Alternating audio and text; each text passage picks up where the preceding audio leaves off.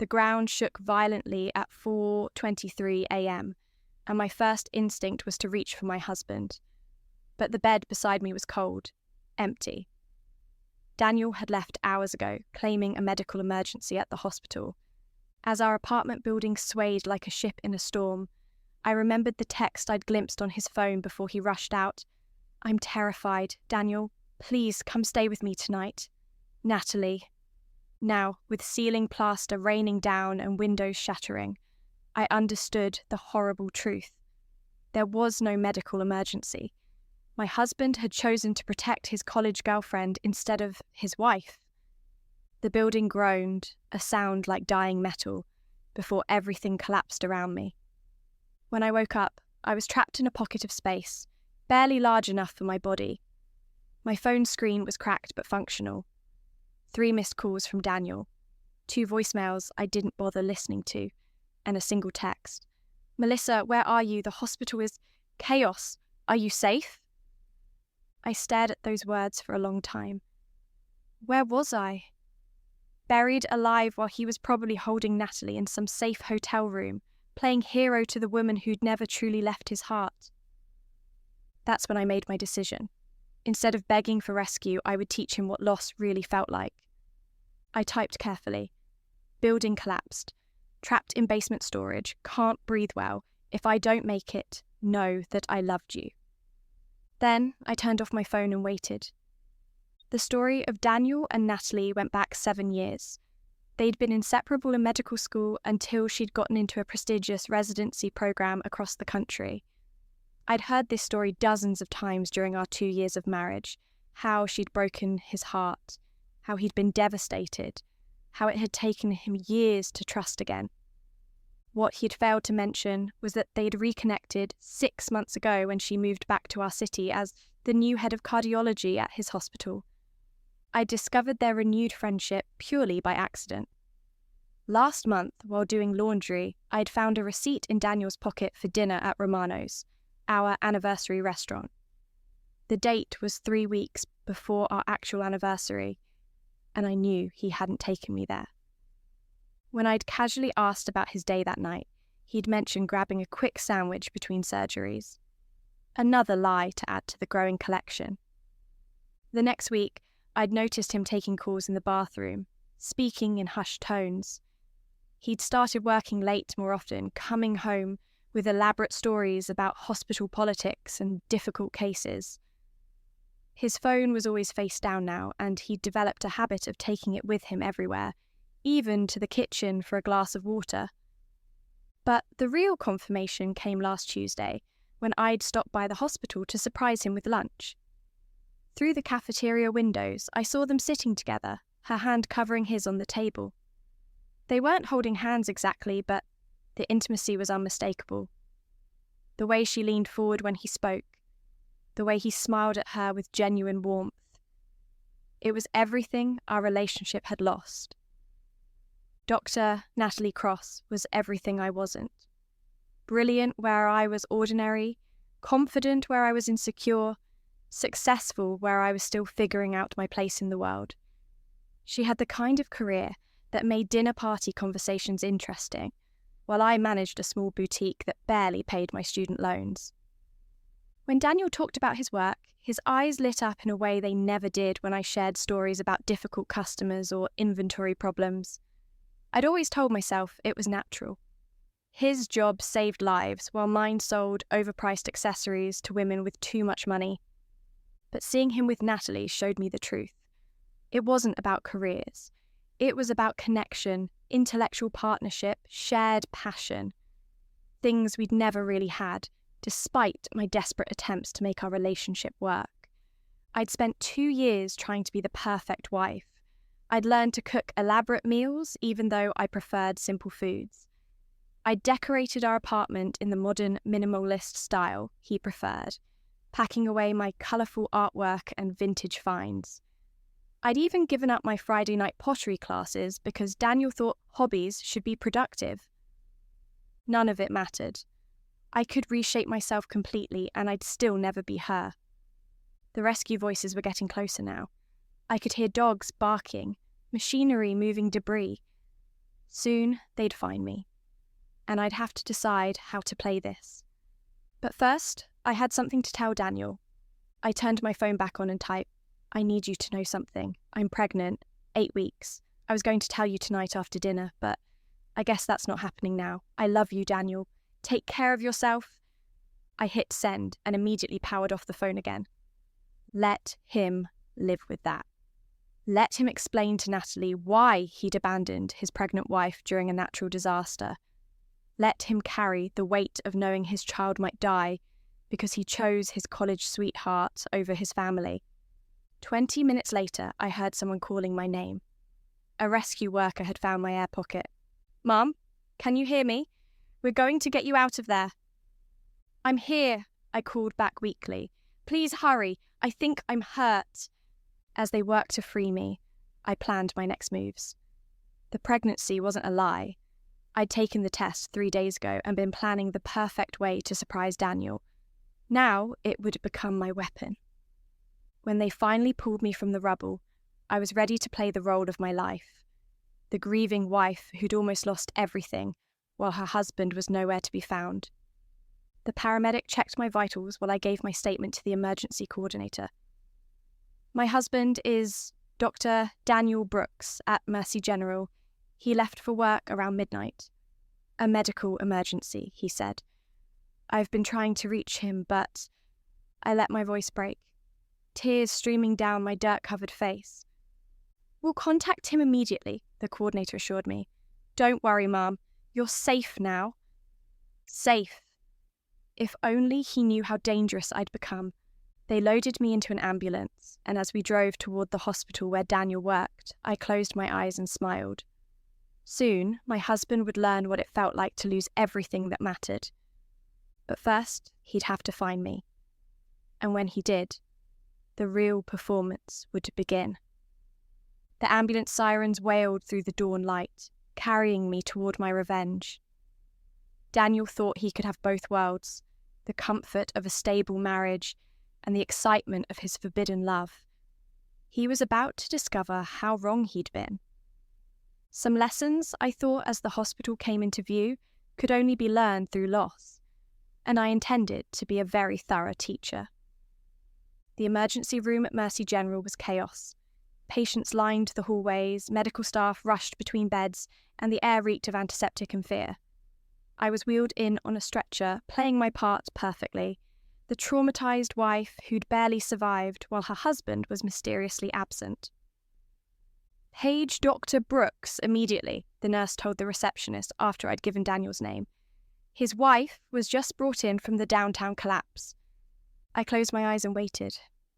This would be interesting. 5 minutes later, I heard his voice before I saw him. "Melissa! Oh God, Melissa!" His footsteps pounded across the linoleum floor. When I opened my eyes, Daniel looked exactly like a man whose world had just shattered. His surgical scrubs were wrinkled, his hair disheveled, and his face was pale with panic. Behind him, trying to look professional but clearly shaken, was Natalie. "Baby, I'm so sorry," Daniel breathed, grabbing my hand. "I got your messages and I thought I'd lost you." "Where were you?" I whispered, my voice barely audible. "I kept calling." His grip tightened. "There was an emergency surgery, a multi-car accident from the quake. I couldn't leave." Another lie. I could smell her perfume on his clothes. "I was so scared," I continued, tears streaming down my face. "The building just collapsed, and our baby..." Daniel's face went white. "Baby?" "I found out 3 days ago. I was going to surprise you tonight with dinner." I placed my free hand on my stomach. "I'm 8 weeks along, Daniel. 8 weeks." The silence stretched between us like a chasm. I watched the guilt wash over his features, saw the exact moment he realized what his absence could have cost him. Behind him, Natalie took a small step backward, her professional mask slipping. "Melissa, Daniel's voice cracked. "I had no idea. If I'd known..." "If you'd known, would you have stayed?" The question hung in the air, loaded with implications neither of us acknowledged aloud. Of course, he said quickly. Too quickly. Of course I would have. Dr. Natalie cleared her throat. I should check on my other patients. Daniel, I'll see you later. She left without meeting my eyes, and I filed that reaction away for future use. The next few hours were a carefully orchestrated performance. Daniel barely left my side as various doctors ran tests, confirming both my pregnancy and my miraculous lack of serious injury. I milked every moment, flinching when he touched my shoulder, gasping softly when I shifted positions. Does it hurt? He asked for the dozenth time. Everything hurts, I replied truthfully, but not the way you think. He missed the double meaning entirely. By evening, I was cleared for discharge with instructions to rest and follow up with my OBGYN. Daniel drove me home in unusual silence, his hands gripping the steering wheel so tightly his knuckles were white. Our apartment building was condemned, yellow tape blocking the entrance. Most of our belongings were buried under tons of concrete and steel. We'll stay at a hotel tonight, Daniel said, pulling into the parking lot of a mid-range chain. Tomorrow, we'll figure out something more permanent. The hotel room was generic and impersonal. Beige walls, floral bedspread, the lingering scent of industrial cleaning products. I sat on the edge of the bed while Daniel paced, his phone buzzing constantly with messages he didn't answer. Melissa, about what happened, he started. You mean about you not being there when our building collapsed? I kept my voice level, curious rather than accusatory. The hospital was overwhelmed. Critical patients were coming in every few minutes. I couldn't just abandon my responsibilities. I understand, I said softly. Your work is important. More important than other things. He stopped pacing. That's not what I meant. Isn't it? I tilted my head, studying his face. Daniel, I've been thinking. During those hours when I was trapped, when I thought I might die, I realized something. What? I don't really know you anymore. The words came out like a confession. We've been married for 2 years, but I feel like I'm living with a stranger. His phone buzzed again. This time, I saw him glance at it before forcing himself to look away. Who keeps texting you? I asked innocently. Work colleagues. Checking in about today. That's nice of them. Dr. Cross must be worried too. You two work so closely together. The name hit its target perfectly. Daniel's face flushed, and he set his phone face down on the dresser. Natalie was concerned, yes. She helped coordinate the emergency response tonight. She's very dedicated, I observed. Staying so late, making sure everyone was accounted for. It must be hard for her, being new to the hospital and dealing with a crisis like this. She handled it well, Daniel said carefully. I'm sure she did. She seems very capable. I paused, letting the silence build. I'd like to get to know her better. Maybe we could have her over for dinner once we're settled somewhere new. The suggestion clearly horrified him, though he tried to hide it. She's very busy. New position, you know. Lots of responsibilities. Of course. But everyone needs friends, especially when they're new in town. It must be lonely for her. Daniel's phone buzzed again. This time, he ignored it completely. I should let the hospital know I won't be in tomorrow, he said, reaching for the device. Don't do that on my account, I protested. I'll be fine, just some rest, like the doctor said. No, I want to stay with you. We have a lot to figure out. New living arrangements, baby preparations, insurance claims. Baby preparations, I repeated dreamily. I can't believe we're actually going to be parents. I've been thinking about names. For a girl, maybe Emma or Victoria? I watched his reaction to the second name carefully. Victoria had been his ex-girlfriend before Natalie, another woman who'd left him for better opportunities. Daniel had a type, apparently. Successful women who ultimately found him insufficient. Those are nice names, he said neutrally. And for a boy, maybe Nathan or Matthew. I paused.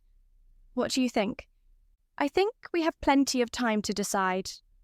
His phone was buzzing almost continuously now. Whoever was trying to reach him was getting desperate. Answer it, I said gently. It might be important. Daniel picked up the phone and his face went pale as he read the messages. I couldn't see the screen, but I could imagine the content.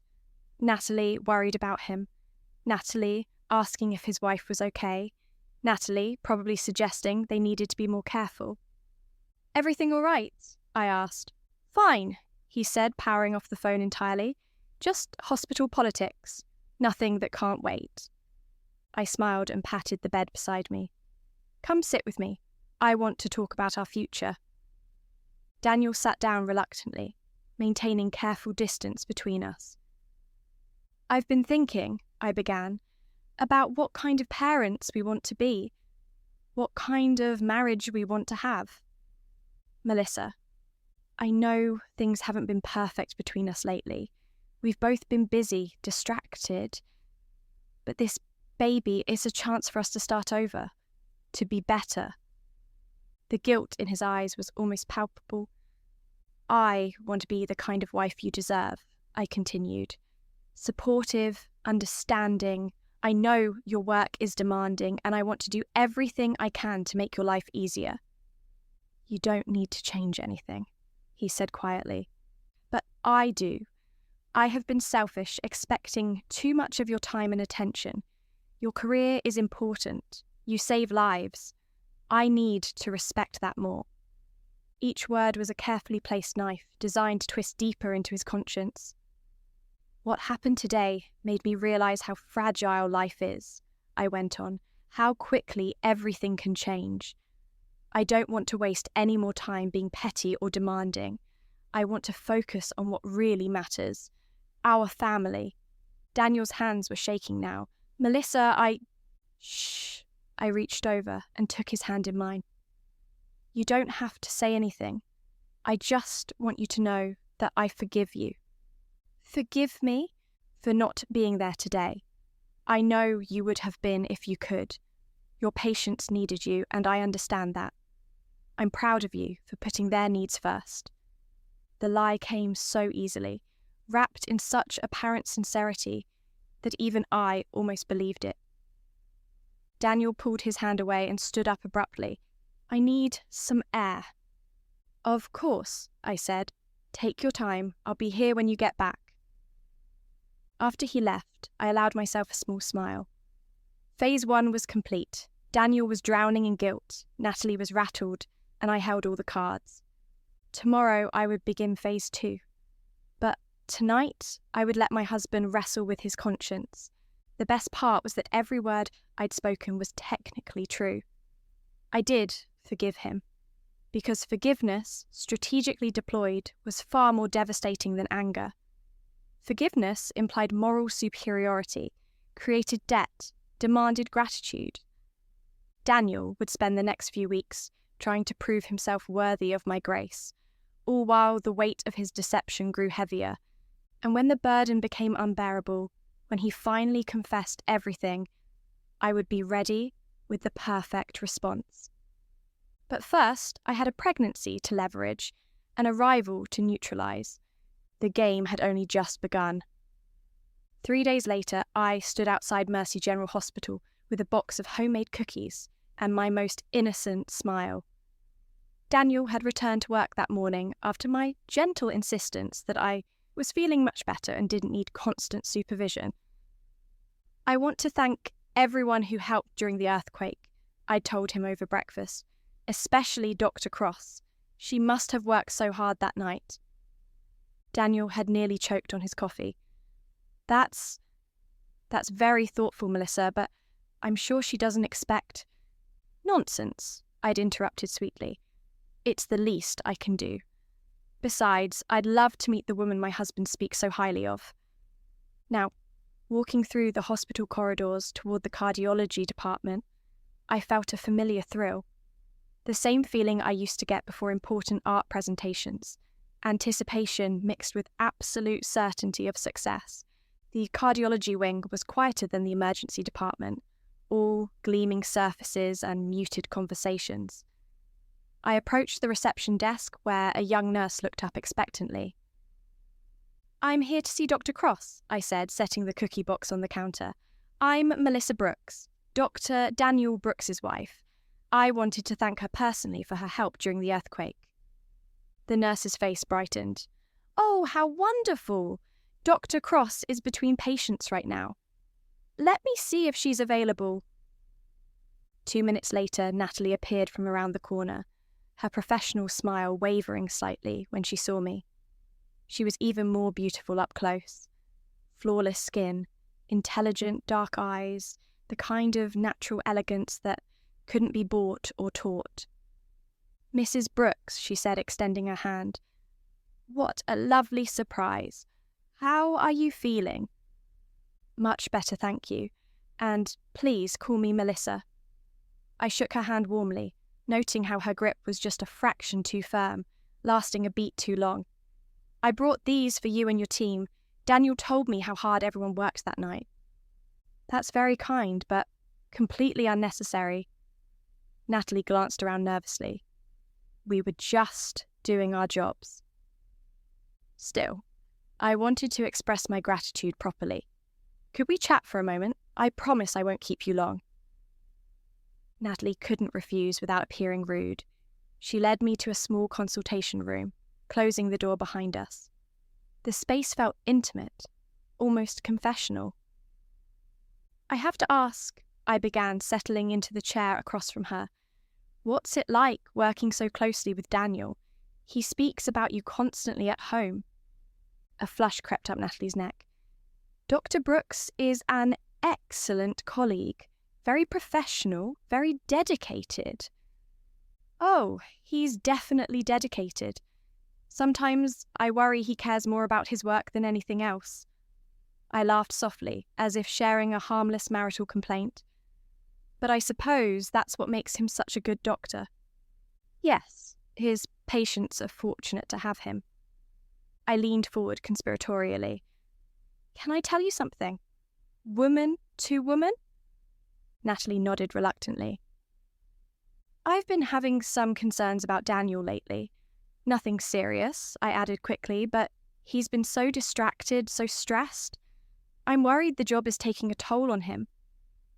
"Surgery can be very demanding," Natalie agreed carefully. "Exactly. And with the baby coming, I want to make sure he's taking care of himself.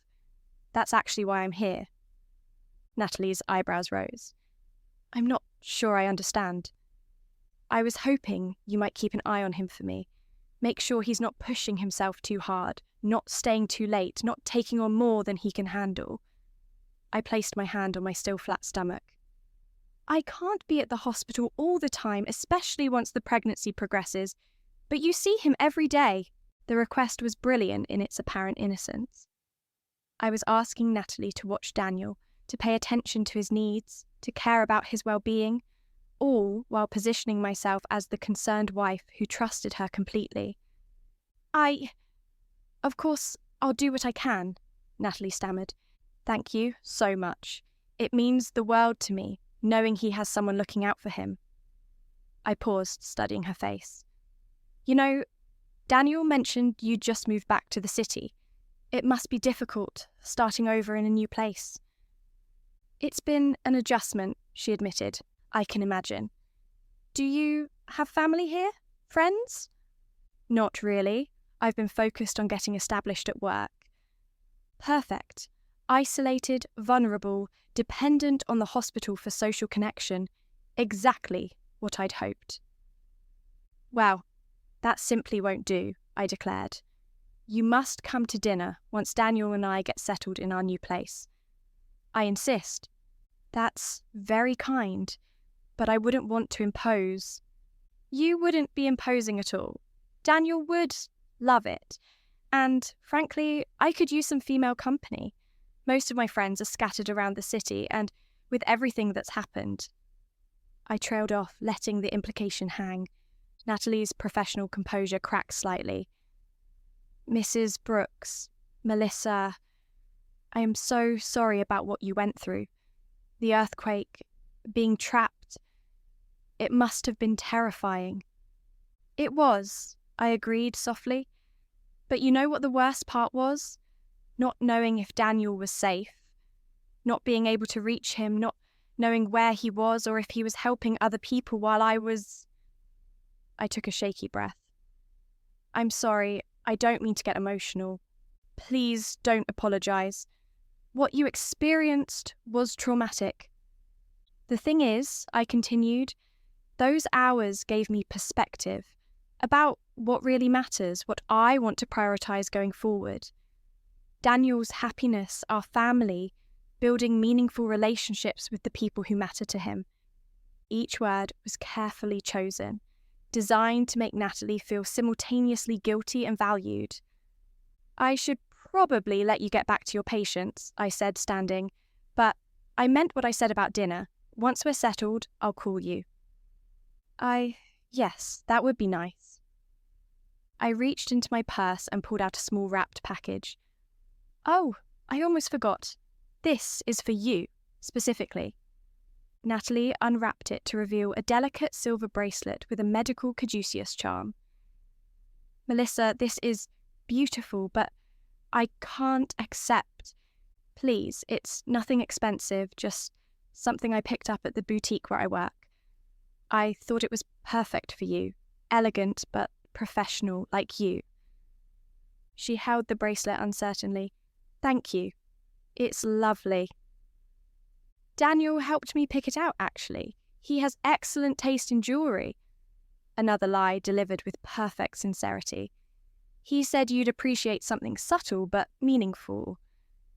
The implications were clear. Daniel and I had discussed her together, selected a gift for her together, were united in our appreciation of her. It was the kind of detail that would eat away at her later, making her question every interaction they'd had. I hugged her goodbye, noting how she stiffened slightly at the contact. Take care of yourself, Natalie. And remember what I said about watching out for Daniel. Walking back through the hospital corridors, I felt a surge of satisfaction. Phase 2 was complete. I'd established myself as the gracious, trusting wife while planting seeds of doubt and obligation in Natalie's mind. That evening, Daniel came home with flowers, white roses, my supposed favourites, though I'd always preferred wildflowers. He'd clearly stopped by the gift shop on his way out of the hospital. How was your day? He asked, arranging the roses in a vase with unnecessary concentration. Wonderful. I went to the hospital to thank your colleagues for their help during the earthquake. His hands stilled. You did what? I brought cookies for the cardiology department. Everyone was so kind, especially Dr. Cross. She's lovely, Daniel. Absolutely lovely. Melissa, you didn't need to. Of course I did. These people saved lives that night, including possibly ours. The least I could do was express my gratitude properly. Daniel set down the vase and turned to face me. What did you and Natalie talk about? Oh, this and that. I invited her to dinner once we find a new apartment. I hope that's all right. Dinner? She seems lonely, being new in town. I thought it would be nice to include her in our social circle. Unless you have some objection? Daniel opened his mouth, then closed it again. What could he say? That he didn't want his wife befriending his colleague? That there was a reason to keep us apart? No objection, he said finally. That's very thoughtful of you. I'm glad you approve. She seems quite taken with you, by the way. Another direct hit. Daniel's face went pale. What do you mean? Just the way she spoke about you. So much respect and admiration. You've clearly made quite an impression on her. We work well together professionally. I am sure you do. She mentioned how dedicated you are, how much you care about your patients. I told her I sometimes worry you work too hard, and she promised to keep an eye on you for me. The conversation was a masterpiece of manipulation.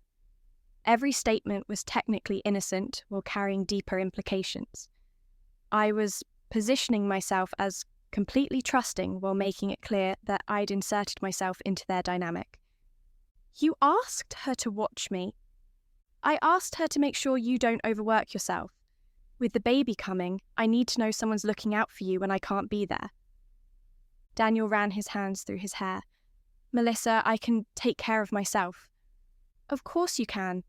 But everyone needs support, especially now. Dr. Cross understands the pressures you face better than I do. I'm just grateful you have someone like her in your corner. That night, as we lay in bed in our temporary hotel room, I listened to Daniel's restless breathing. He was trapped in a web of his own making, caught between his guilt over the earthquake and his ongoing feelings for Natalie. My phone buzzed with a text message. I checked it discreetly. A photo from my friend at the boutique showing the silver bracelet I'd actually purchased that afternoon. The bracelet I'd given Natalie was identical to one Daniel had bought for me last Christmas, before he'd started pulling away, before Natalie had re-entered his life. Let her wear his guilt on her wrist. Let her remember every time she looked at it that she was complicit in betraying the pregnant wife who'd been nothing but kind to her. Tomorrow, I would start apartment hunting, something close to the hospital, something that would make it easy for Daniel's colleagues to visit. After all, I wanted to keep my enemies very, very close. The pregnancy test hidden in my suitcase would be my insurance policy. But this psychological war I was waging, this was just getting started. 2 weeks after my hospital visit, Daniel came home with news that made my heart race with anticipation. The hospital is hosting a charity gala next month, he announced, loosening his tie, for earthquake relief efforts. They want all department heads and senior staff to attend. How wonderful, I said, looking up from the apartment listing spread across our hotel room desk. Will Dr. Cross be going? Probably. It's expected for cardiology leadership. Perfect. A public venue where I could execute the final phase of my plan. I'd love to attend, I said. Show support for the cause, meet more of your colleagues. Would that be appropriate? Daniel hesitated. Are you sure you're up for it? With the pregnancy and everything you've been through? I'm feeling much better. Besides, it's important to me that people see us together as a team, especially after everything that happened. That night, I made 3 phone calls. The first was to my friend Sophie, who worked in event planning. The second was to a private investigator I'd found online. The third was to a journalist who specialised in medical industry stories. By the time the gala arrived, I had everything I needed. The event was held at the Grand Ballroom downtown, the same venue where Daniel and I had celebrated our first wedding anniversary. I'd chosen my outfit carefully, a flowing emerald dress that concealed my still flat stomach while hinting at my delicate condition, paired with the diamond necklace Daniel had given me for our anniversary. We arrived fashionably late, making an entrance that ensured everyone noticed us.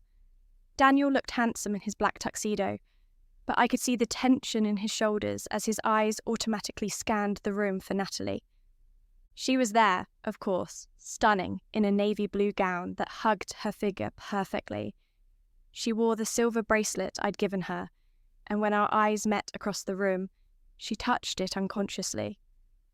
"Darling," I murmured to Daniel, "shouldn't you introduce me to more of your colleagues? I feel like I hardly know anyone from your work life." We made our rounds, and I played the perfect doctor's wife, charming, supportive, just the right amount of deference to Daniel's expertise. But I made sure we eventually circulated toward Natalie's corner of the room. "Dr. Cross," I called out warmly, "how lovely to see you again." Natalie turned, her professional smile wavering when she saw Daniel and me approaching arm in arm. "Melissa, you look radiant," she said. "Pregnancy certainly agrees with you." "Thank you. Though, between you and me, the morning sickness has been brutal. Daniel's been such an angel, bringing me tea and crackers in bed every morning before work." Daniel shot me a confused look. He hadn't brought me anything in bed for weeks, but he couldn't contradict me publicly. "He's very attentive," Natalie agreed stiffly. "Oh, you have no idea. Just last week, he surprised me with the most beautiful baby book. We spent the entire evening looking through it, planning the nursery, choosing names. I squeezed Daniel's arm affectionately. He's going to be such a wonderful father. Each fabricated detail was designed to paint a picture of intimate domestic bliss, of a couple deeply connected and planning their future together. I watched Natalie's face carefully, noting how she flinched at each revelation. "That's wonderful," she managed. "Dr. Cross," Daniel said quietly, "could I speak with you about the Morrison case?" "Of course," Natalie replied, relief evident in her voice. "Oh, don't mind me," I said brightly. "I'll just powder my nose. Take your time with your medical talk." I walked away, but not far. Hidden behind a decorative pillar, I watched as Daniel and Natalie moved to a quieter corner of the ballroom. Their body language was everything I'd hoped for.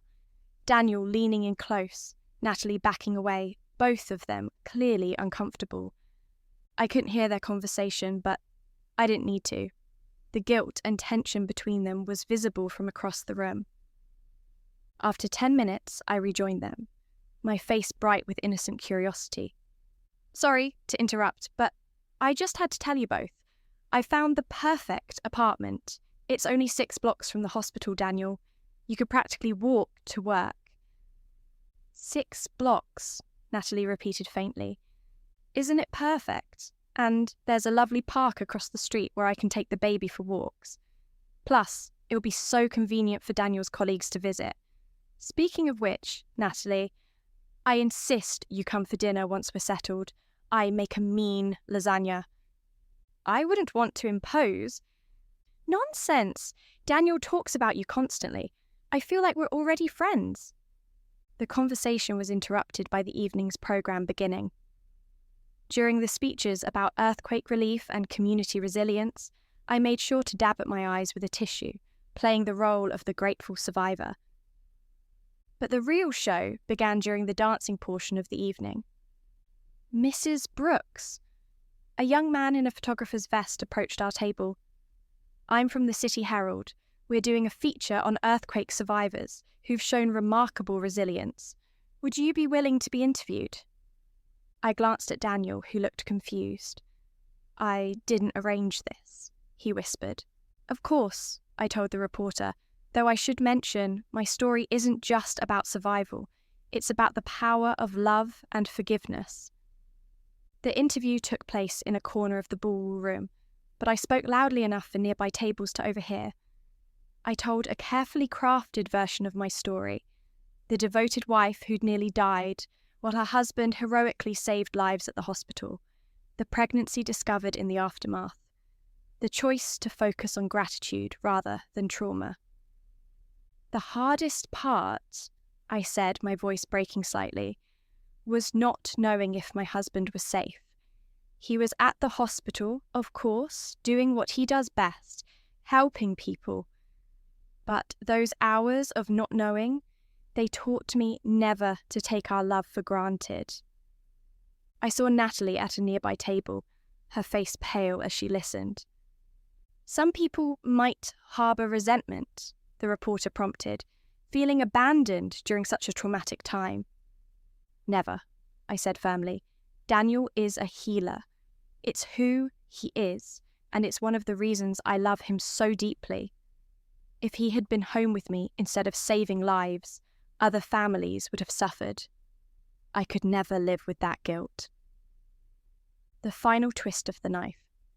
When the interview concluded, I rejoined Daniel at our table. He was staring at me with an expression I couldn't quite read. "That was beautiful, what you said," he whispered. "I meant every word." And I had. The beauty of the truth was that it could be more devastating than any lie.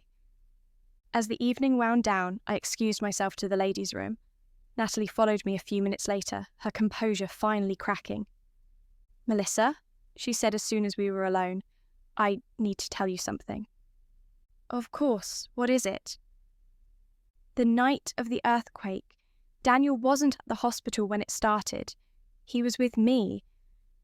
I let my face register shock, confusion, then hurt. I don't understand. I was scared, alone in my apartment. I called him and he came over. Nothing happened, but he was there when the quake hit. He didn't leave until hours later when he got your messages. The confession poured out of her. The months of emotional intimacy, the growing feelings, the guilt that had been eating her alive since my hospital visit. I listened in silence, my face cycling through appropriate emotions.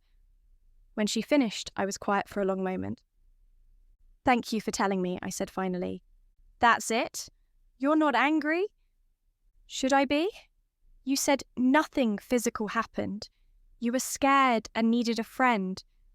Daniel was being kind, but my feelings for him are your burden to bear, not mine." I turned to face her fully. "Natalie, I know my husband better than anyone.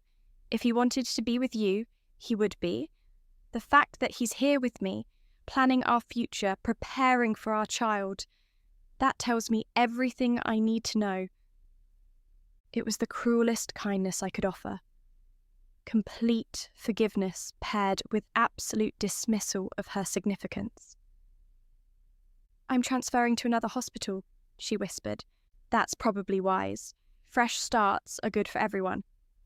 I left her standing there and returned to the ballroom, where Daniel was waiting with our coats. "Ready to go home?" he asked. "More than ready." In the car, Daniel was unusually quiet. Finally, he spoke. "Melissa, is there anything you want to ask me about?" "Should there be?" He pulled over and turned to face me. "Natalie told you, didn't she?" "Told me what?" "About the night of the earthquake, about where I was when it started." I let the silence stretch between us before answering. "Yes, she told me." And what, Daniel? Are you expecting me to be angry, to throw accusations, to demand explanations?" "I don't know what I expected." "You were comforting a frightened colleague. When you realised I was in danger, you tried to get to me. The fact that you couldn't reach me in time wasn't your fault." His hands gripped the steering wheel. "How can you be so understanding?" "Because I love you, because we're having a baby together, because some things matter more than others." It was true, in its way.